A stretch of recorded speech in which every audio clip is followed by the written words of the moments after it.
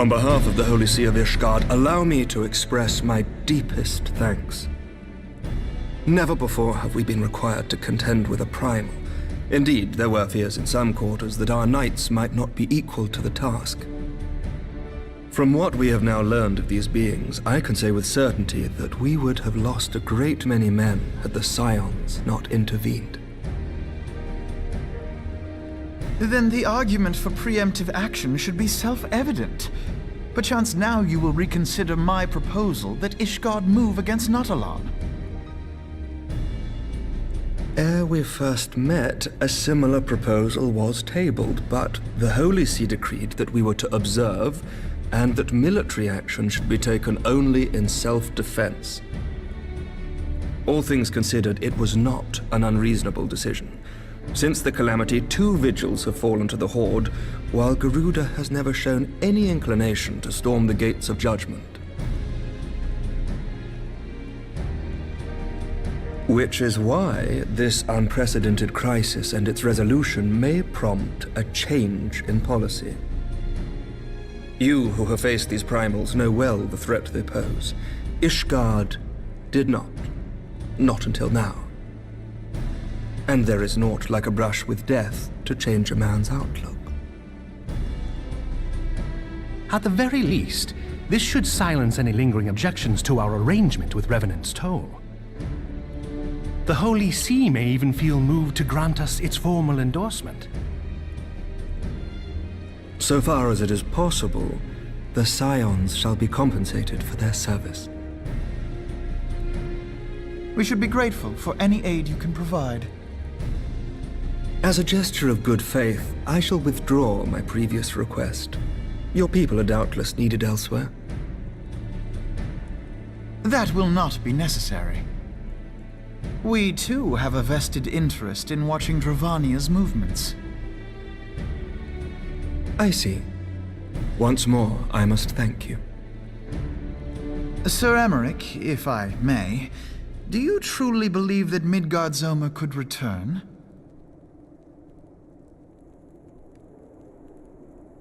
The heavens are a window unto truth, but those who interpret their movements are not infallible. I requested your involvement as a precautionary measure.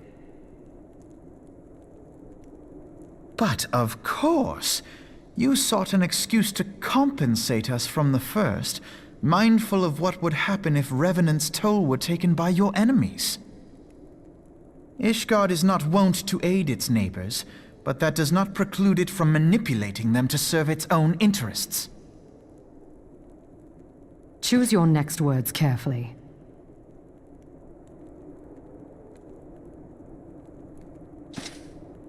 Do you know what sort of man becomes Lord Commander of the Temple Knights? One who comes from good stock. I did not. Yet here I am. Now, why do you suppose that is? Because I swiftly learned to tell the difference between words, deeds, and beliefs. You are correct, Master Leveilleur. Ishgard desires to see Revenant's Toll flourish, as it would present a troublesome obstacle to our enemies from the south. We are so glad to be of use to you. As we are to you. Ours is a mutually beneficial arrangement, lest we forget, one born of necessity. The dragons grow more restless by the day, and the heretics harry us nigh without cease. We have contended with such troubles for centuries, but there are limits to even our endurance. Yet as a pauper is loath to part with his meager possessions, the leaders of Ishgard are not wont to render up their trust to outsiders. But with perseverance on our part, they may yet be made to see the light. Nevertheless, one must take care when walking the road less traveled. Wise words, Sir Emmerich. I shall make a point to remember them. I must apologize for my earlier outburst. I hope it will not sour our good relations. Not at all. You but spoke from the heart. I trust you understand that at times my duties may prevent me from meeting with you. On such occasions, my second-in-command will speak for me.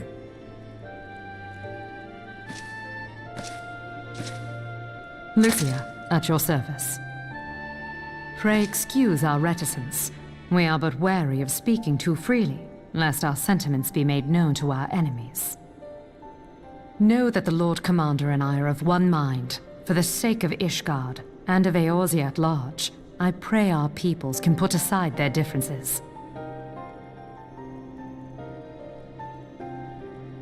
Those who dwell in the past risk losing sight of their future. Should aught befall one of our shipments, pray inform Lucia immediately. You may also relay to her any words you might have for me alone.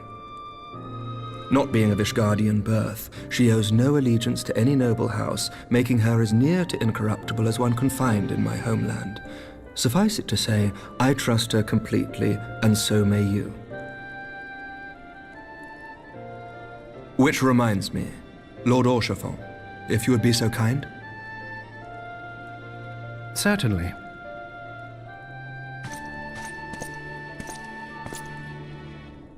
In times such as these, trust is ever in short supply. Mayhap this will go some way to rectify the problem.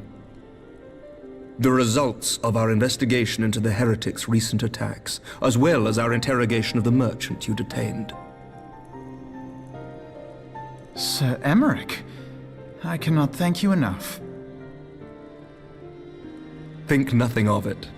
Ishgard may be many things, but it is no friend to Garlemald. Did I not tell you to have faith, my friend?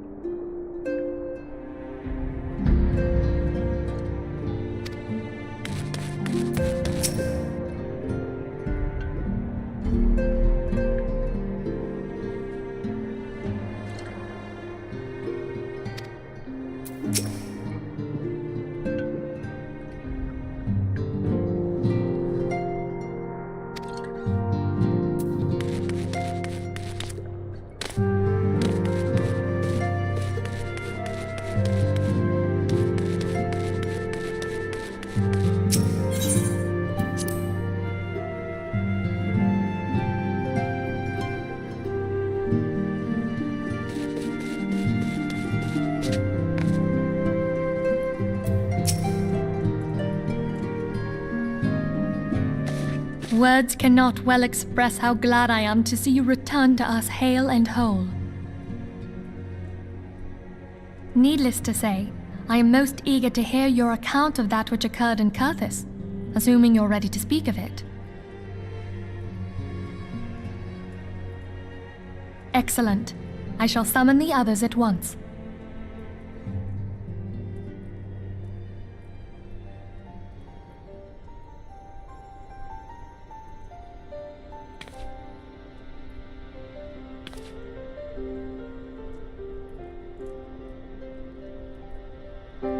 Iceheart used her own body as a vessel for a primal soul?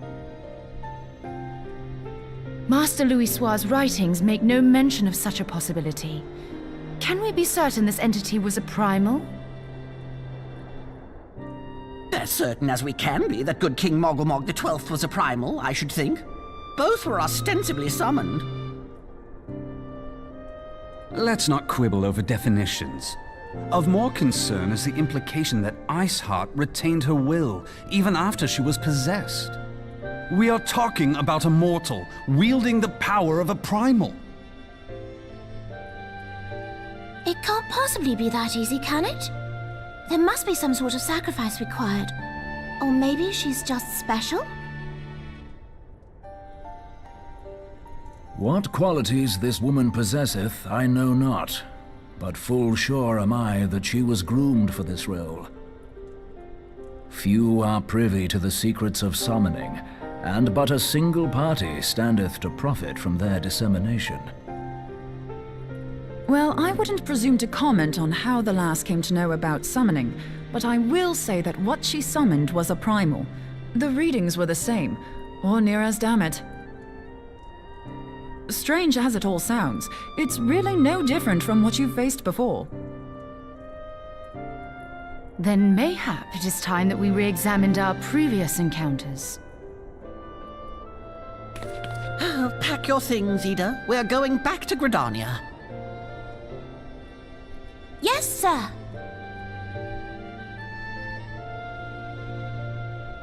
About Iceheart's final words to you. Hear, feel, think. Hydaelyn speaks to her as well. If Iceheart is blessed with the power of the Echo, she will doubtless have used it to further her goals. Or could it be that it was a revelation granted her by the Echo which first set her on this path? She did say that the Ishgardians were blind to the truth. Do you think she has knowledge of the origins of the Ishgardian-Dravanian War? It would do much to explain her unwavering conviction. Did not the Lady Iceheart implore thee to seek the Keeper of the Lake? And did she not imply that in so doing thou wouldst come to see with eyes unclouded? Midgard Zoma was a king amongst kings who reigned for centuries on end. But he is dead and his wisdom lost to the ages. Unless the Ishgardians' fears are well-founded. It would seem we have yet another reason to stand watch over the Keeper of the Lake. For a mercy, we are well positioned to do so. Iceheart, Shiva, Ascians, and Midgard Zoma. I shudder to think how they're all connected.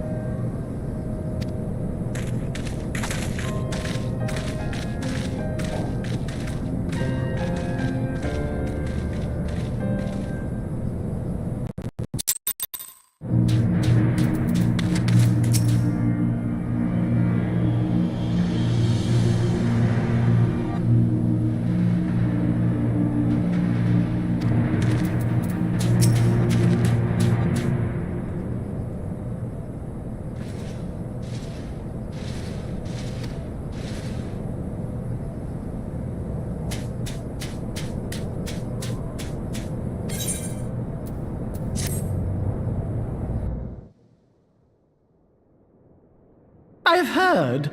Truly bothersome business. No, I do not foresee a problem on that front. The main concern is Roban. There is no telling what the brute might do. Have the blades watch him in the flames day and night. You may leave the Sultana to me. I shall personally attend her grace.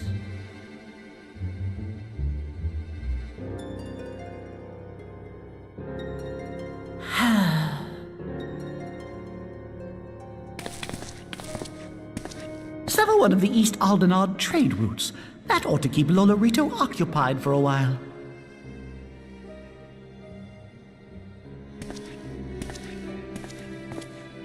Nanamo ulnamo. For my sake, pray be a good little Sultana to the last.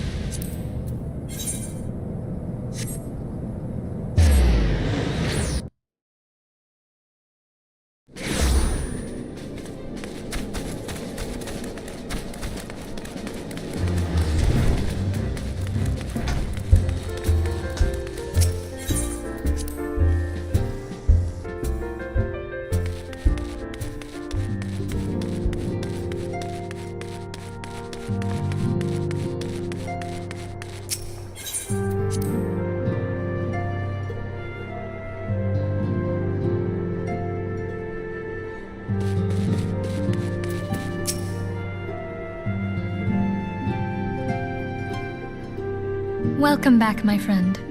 I have already received word from Alfino. To think that Flame Marshal Huayu was the Garlean agent. I know not what to say. Together with Robon, Aline lent us much-needed aid at the time of our Order's founding. She was particularly passionate about the need to tackle the primal threat. When we discussed the subject, her eyes fairly shone with determination. Whatever else she may have been, I choose to believe that it was her true self with whom I spoke then. But now is not the time to dwell on such matters. I have an important announcement to make regarding our effort to defeat the Asians. We shall begin as soon as everyone is assembled.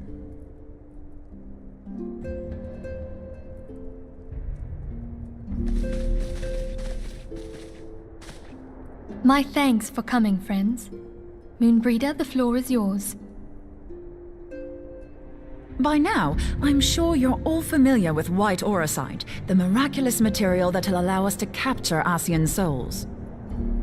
Back at Snowcloak, we verified its ability to absorb vast amounts of ether. Alas, it leaves something to be desired in the area of stability. The stone can only store ether for a short while before expelling its contents. In addition to Auracite's inherent limitations, we must needs be wary of our enemy's strength. Our foe draweth upon an infinite wellspring of power. Even should we succeed in entrapping him, the stone will not long contain his wrath. Meaning that, if we want to kill the swine, we'll have to be quick about it. 'Tis our belief that an Asian soul may be permanently undone if smitten by a sufficiently concentrated burst of pure ether. The only trouble is, we can't say for sure how concentrated the burst needs to be. Without knowing how much ether an Arcean soul is composed of, we're basically guessing. Our sole clue lieth in thy struggle with La Habrea. During that encounter, Hydaelyn bid you forge what she called a Blade of Light, a weapon which took the form of a luminous stream of energy. Based on your description, we believe the blade with which you vanquished your foe was composed of ether. Admittedly, your victory proved ephemeral, as La Habrea was able to use a crystal of darkness to flee into the space that lies between our world and the void. The fact remains, however, that Hydaelyn placed the means to destroy the Ascians in your hands. Be that as it may, it would be unwise to assume that she will do the same when we next encounter such a foe. Quite so, my lady. We must needs find the means to forge our own blade of ether, one to equal that which Hydaelyn did benevolently bestow upon her champion. That is all well and good, but it seems to me that producing such a blade will require a prodigious quantity of ether. Whence will it come, pray tell? Oh, what if we had 2 pieces of white orosite? One to trap the Ascian, and the other to store the ether for the blade. Oh, nice try. But it's as I said, the stone won't hold ether for any length of time. We'd still need to collect the stuff there and then, sorry to say. And therein lies the rub. Finding a way to create the blade whenever and wherever we choose. It would seem more research is in order. I'm going to linger a while, perform a few more tests on the orosite. And I could do with some help. Urianger, why don't you lend me a hand? Mine apologies, but I am required at the Waking Sands. Lady Minfilia hath given me sole charge of the premises. 'Twould be unseemly to leave them unattended. Sole charge, you say? So you're basically alone there, then? Well, that settles it. I'll just have to come to you.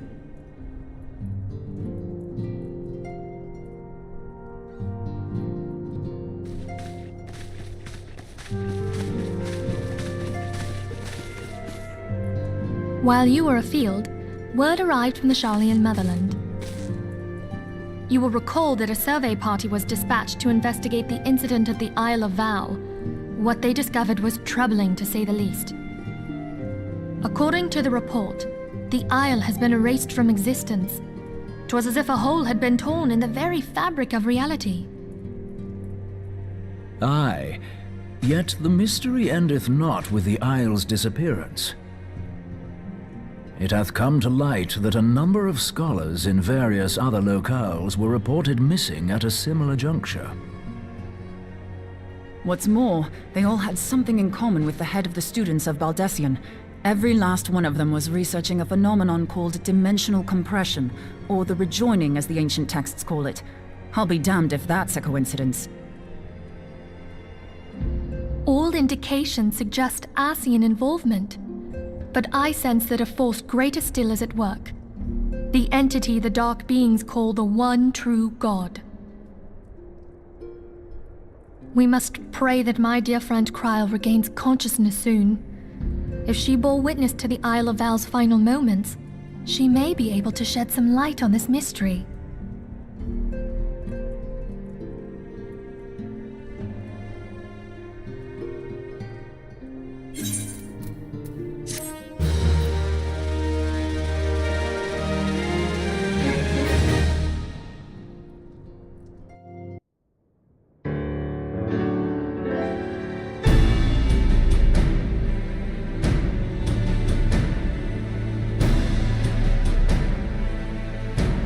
Following the calamity, the forces of the 14th Imperial Legion entrenched themselves in strategic locations across Eorzea.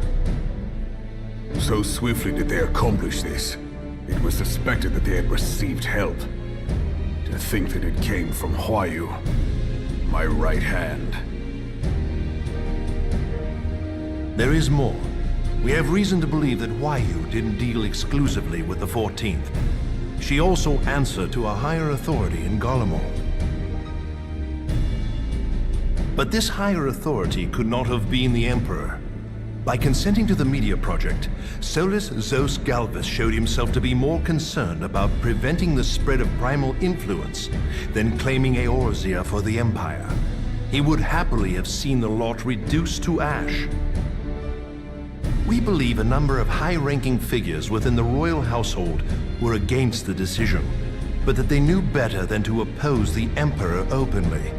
Of course, this didn't prevent them from making clandestine provisions, in which Huayu played a part. Alas, these provisions did not prevent Dalamud from falling, and the ensuing chaos changed the face of the realm forever. Yet Eorzea survived. To all intents and purposes, the Meteor Project had failed, and the Empire was left to rue its lack of a decisive means to eliminate the primals. Until, that is, it stumbled upon the Ultima weapon. Even before the accursed thing was dug up, it seemed to me the 14th had the might to overwhelm our weakened armies. Yet they chose to hide behind their walls. Why? The Black Wolf was wary of making the denizens of Eorzea desperate, lest more primals emerge to bleed the land. The discovery of the Ultima weapon, however, emboldened him to resume his war of conquest in earnest. But there was one in Garlemald who believed that Van Belsar's actions were premature. One who stood higher in the Imperial Army's chain of command. He ordered the Legatus to halt his advance, only to find that the Black Wolf had slipped its leash, and that the 14th now acted alone.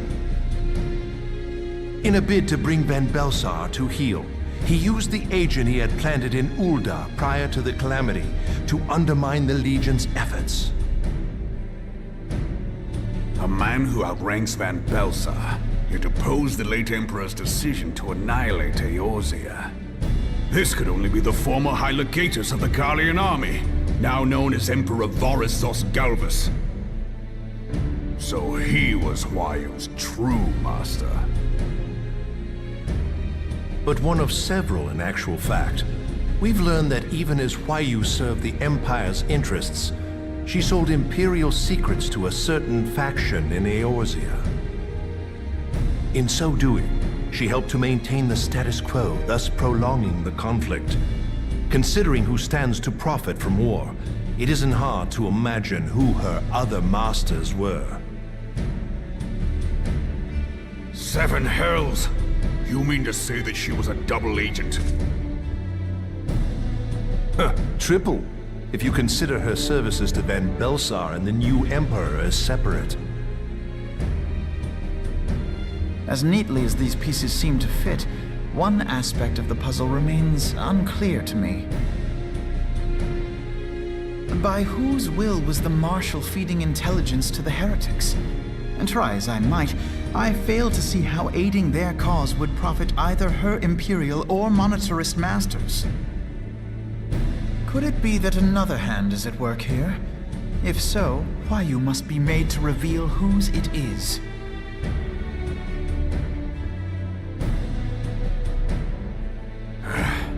Not only have I lost a trusted friend, now I must interrogate her as a stranger. Not a pleasant task, I grant you, but a necessary one. Unless we weed out the ivy, root, stalk, and stem, it will simply grow back. I know that full well.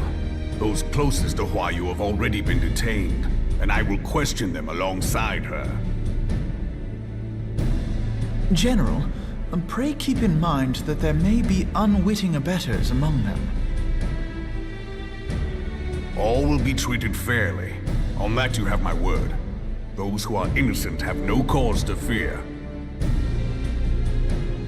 You have ever been a friend of truth, General. I hope the unpleasant task of weeding out falsehood will not detain you too long. Though it be for the sake of Eorzea, doubting one's comrades is poison to the soul. And with that, I take my leave.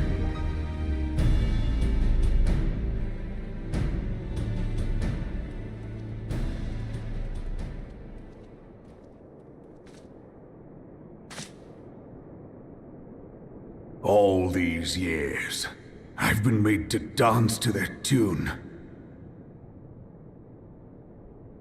How could you, Huayu? How could you side with them? Those cankers who take from this land and give naught in return, who use their power to disempower and grow fat while the people starve. I know you can hear me, monitorous scum! Your crimes will not go unpunished! One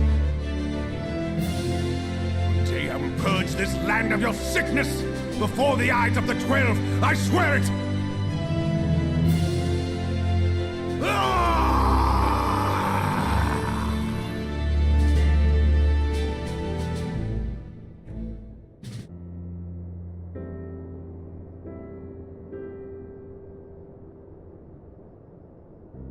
I shall have no further need of you this day. Your Grace.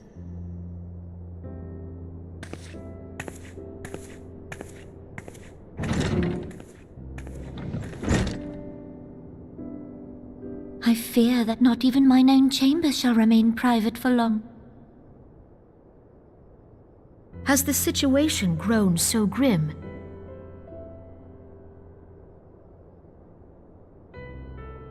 Ever since he proposed the Cartano Reclamation Bill, Teleji Adeleji has risen to greater prominence upon the backs of impoverished refugees.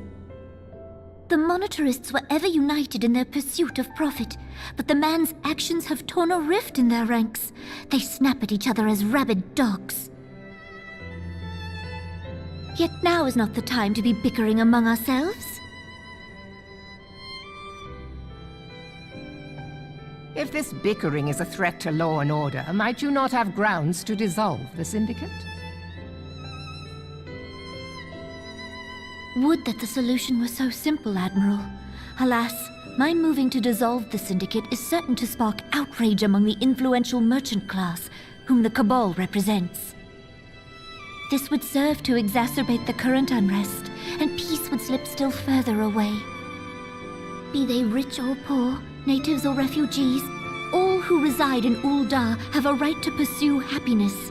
It is the duty of a ruler to protect this right. If I am to perform my duty, I must needs tread warily. It would not do to make enemies heedlessly. Were Lord Lolorito here, he would doubtless say that I have my head in the clouds. A ruler is required to take a wide view. Try as we might to cater to all needs, some will inevitably be overlooked. As such, there shall ever be citizens who feel aggrieved. It cannot be helped. But as you have informed us, the monetarists take no view but their own. They hunger for power while the masses starve. In the absence of a common cause, it seems beyond any one individual to make Ul'dah whole. And the presence of a Garlean agent within the Immortal Flames only makes matters worse. Even accounting for Uldah's historic reliance upon mercenaries, such a grievous breach of security is unprecedented. I fear this business will provide the monetarists with a rod to beat Rauban.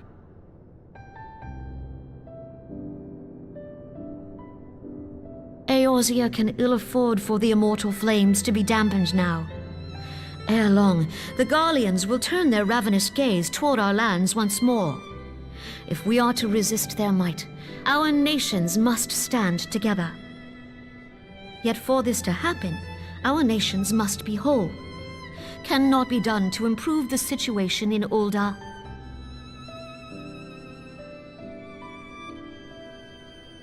The true wealth of Ul'dah lies in the health, happiness, and hopes of her citizens. Alas, The citizens shall never know these things, so long as their lives are ruled by the ambitions of the few. The monetarists claim to represent the best interests of the people, but in sooth they desire only to manipulate them for their own selfish ends. For the government to serve the people, it must be formed of the people. For Ul'dah to move forward, it is not only the Syndicate that must be dissolved. Nay, you jest.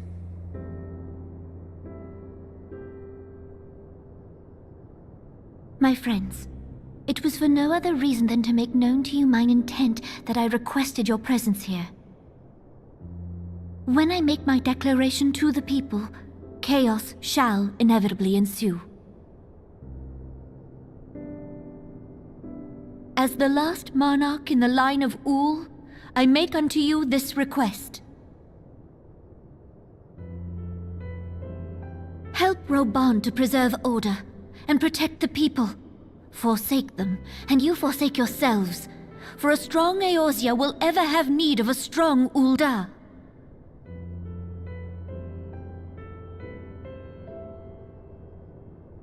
Your Grace, are you certain of this? There is no other way. When the time is ripe, the nation shall become a true republic. Both royalists and monetarists shall cease to be. Ul'dah will no longer belong to kings or queens or merchant princes, but to her people.